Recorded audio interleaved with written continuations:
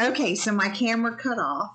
It's because Miss Jamie didn't have very much storage because I had forgotten to take all of the videos that I've created in the last few weeks. I forgot to take them off of my computer. So, okay. So we're gonna, like I said, I'm gonna tell you a story, but before I do that, I want you to think about something that you've prayed for God didn't give you. And so I was going to tell you a little story about Mr. Brian and I. Well, when Mr. Brian and I first moved to Wilkesboro, we opened a business, and it was doing very well. It was a need in the community, and we were doing okay. But there were times that either people didn't pay their bills on time, or business was not doing very well, and we'd have these periods that we used to call feast or famine, which means the feast was we had lots and lots of business and lots of money coming in, and then we would have what they call famine, which is where like there was no business coming in and we had to depend on our savings, and so during this time Miss Jamie did a lot of praying. And I just felt like God wasn't hearing me. And I remember one night, it was a Wednesday night, as a matter of fact, and I didn't go to church because I was just kind of down. And Brian, and at the time it was just Cole and Caleb, and they went to church, and I just stayed home. And I remember crying because I was worried. I was worried about how we were going to pay our bills. I was worried about how I was going to make sure that the boys had food on the table, because we were always trying to kind of make up for those times that. So even when we had a lot of business coming in and a lot of money coming in, we were making up for the time that we didn't. So, but I remember. And I cried out to God. I remember being in my bedroom and I just cried, and I cried out to him. And I remember hearing him speak to me and saying, I've got this. I've got this. You're going to be taken care of. You will never go hungry. And that was, as a mom, that was my biggest concern, was that I wasn't going to be able to feed my babies. And that's such a scary feeling. Whenever you become a parent, if you become a parent, that's where you choose to do that feeling. I hope you never, ever experience that feeling. And I hope your mom and dad have never experienced that feeling, because it's a scary, scary feeling. And I remember him saying, he just put this peace over me of that I didn't worry anymore. And no, the money didn't come rolling in. It wasn't like the next day it all came rolling in, but little things happened to make sure we provided for. I think I've told you the story once. During that time, we had someone knock on our door. It was a member of the church, and they had brought us gift cards to Food Lion to go buy groceries. That was such a blessing. And when we were okay, we made sure to pay that back and bless someone else. But it wasn't what, I had it in my head, like, okay, God, send us more business, help us to get ahead, make sure customers are sending, paying their invoices, things like that, paying the money that they owed us. But that's not the way it worked. And God provided for us. He provided for us in little ways. But you know what? We didn't always have like steak and potatoes, or we didn't get to go out to eat very often. It might have been peanut butter and jelly sandwiches and chips, or we might have been eating a lot of mac and cheese, or it might have been a lot of tacos, but that's okay. That is okay, because he was providing for us. My children never went hungry. Our children never went hungry. So I was so blessed, so very blessed that God provided for us. So I want you to think about that it's not always what you think it should be. So I'm going to tell you a story about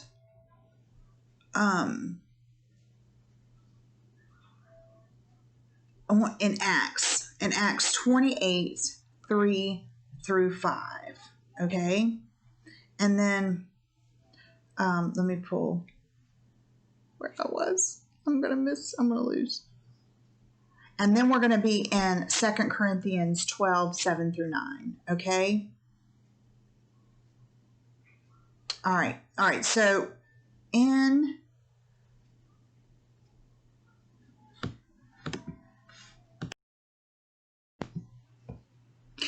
so in Acts chapter 28, I'm going to read verses 3 through 5.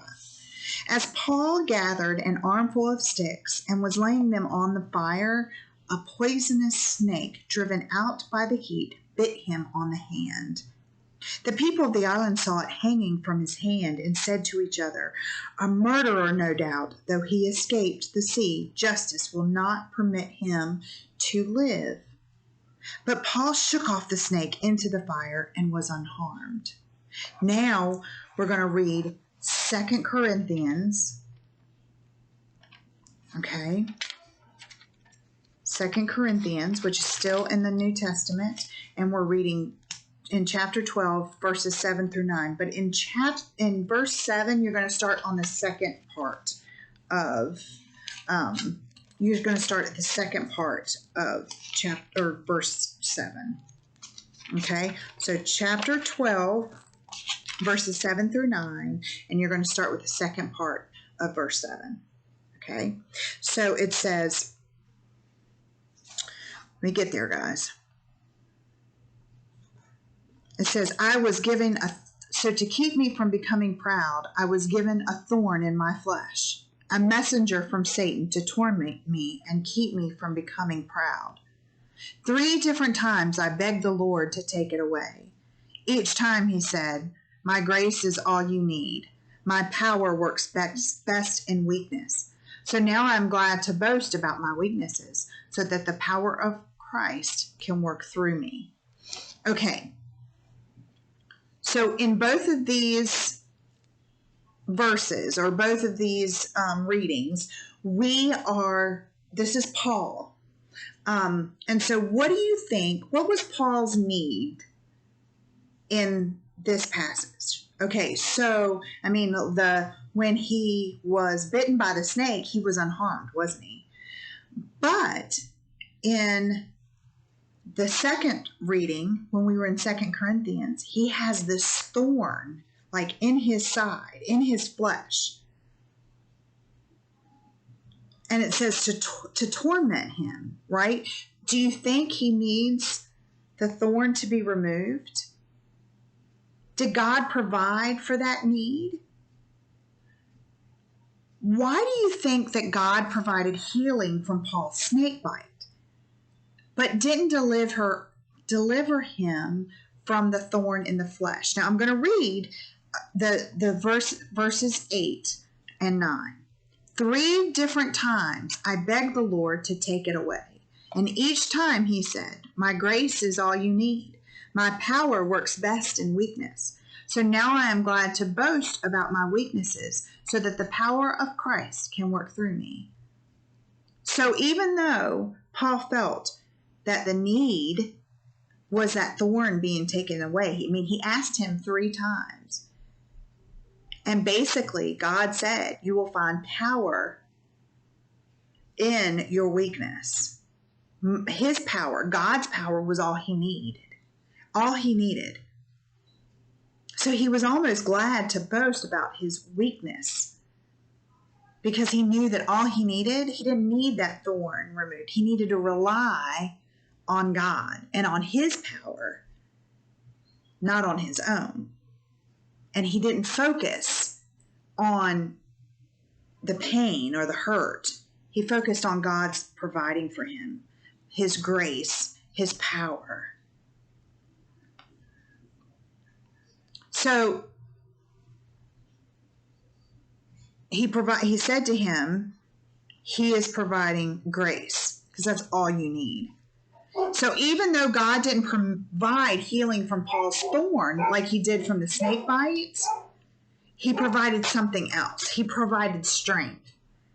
We don't know why God sometimes says yes and sometimes says no, but even when he says no, we can look for what he is providing.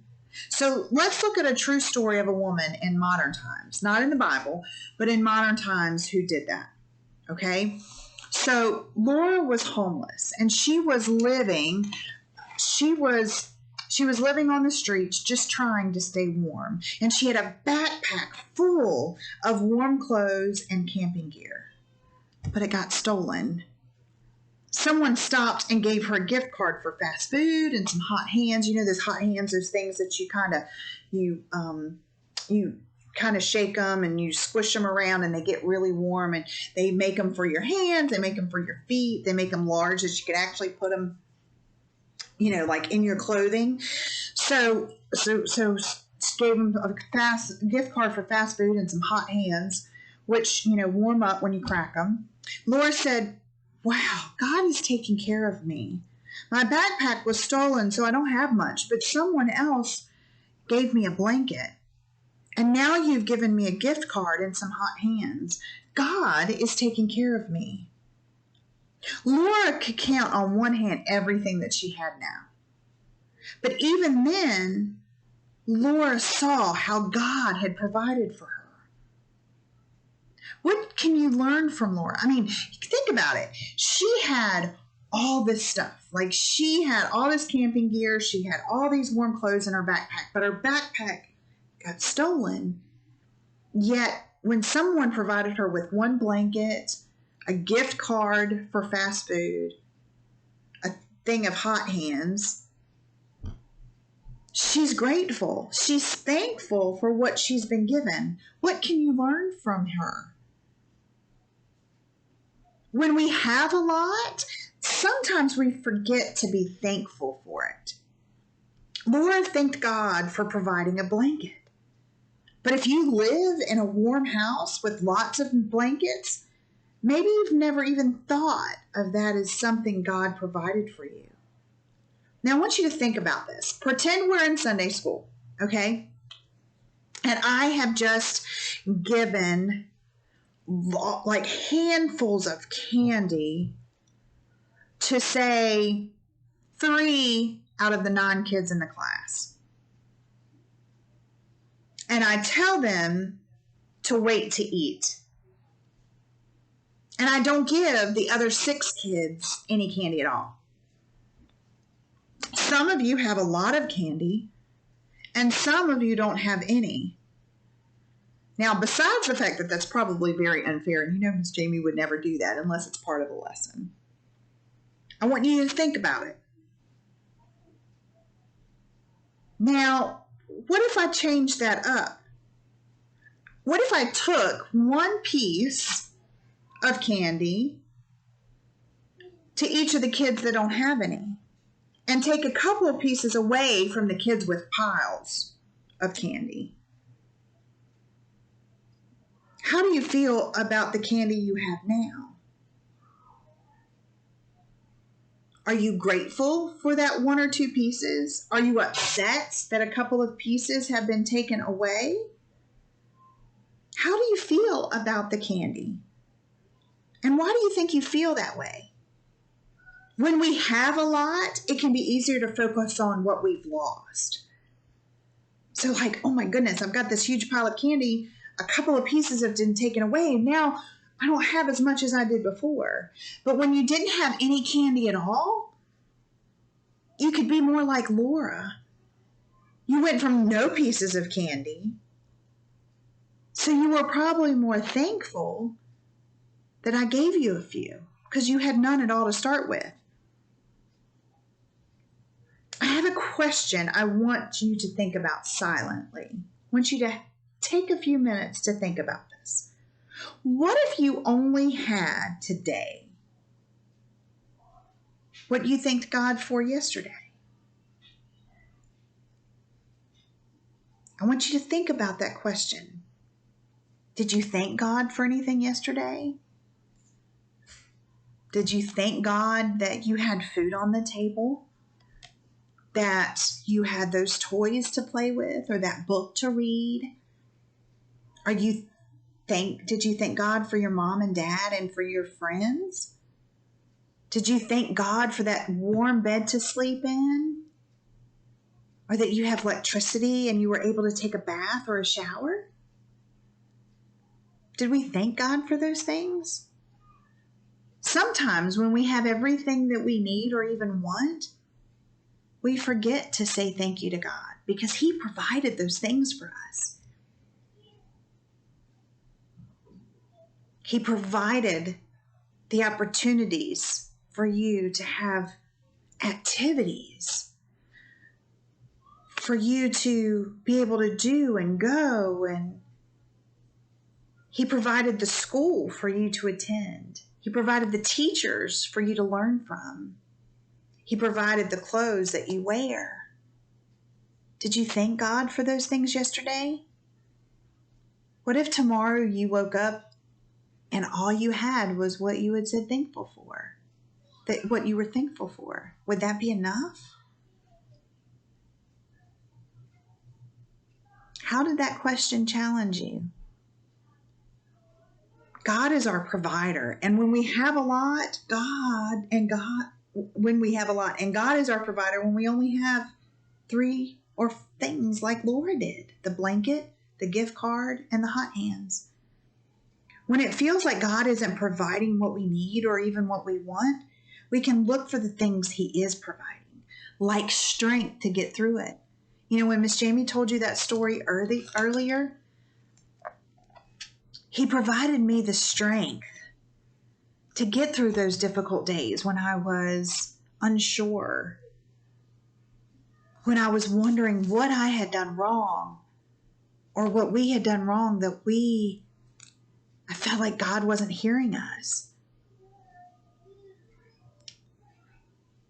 But He gave me strength after I was on my knees and I just called out to Him.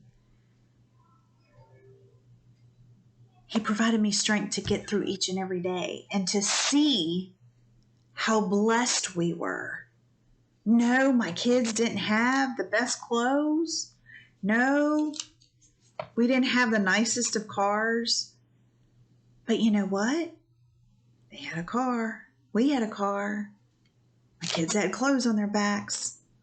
We had food on the table. We had a roof over our heads. We had family and friends that loved us and supported us. We had a church family that heard God and blessed us. You know, we got to remember to be thankful for those things, beloveds. All of those things, because He gives it to us all. It's His blessings to us because He loves us so much. And He doesn't want us to suffer at all. But He also wants us to understand, you know what? What He provides for us is enough. And we need to be thankful. Will you say a little prayer with me? Oh, dear God, thank you so much for reminding us of all that we have to be thankful for, all the blessings that You provide us each and every day. That it's not about stuff. It's about You providing what we need, providing for us those things that help us to survive. But then You provide us with so much more. You provide us with family and friends that love us and support us. You provide us with those extras. There are so many in this world that aren't blessed with what we have. And we need to be grateful and to remember to say thank you each and every day for those blessings. Lord, I pray that we find this rest of the week with blessings and understanding of you, from you. We thank you and we love you. In Jesus' name, amen. Beloveds, I love you so much. And remember, if you didn't, make sure you watch that video. I hope you watched it before we did the devotional. But if you didn't get an opportunity and you just went straight through, make sure you go back and watch for our awesome friend who is trying to duplicate and make 5,000 cookies. You'll see. I love you guys, and I'll talk to you soon. I'll see you Sunday. Bye. Love you.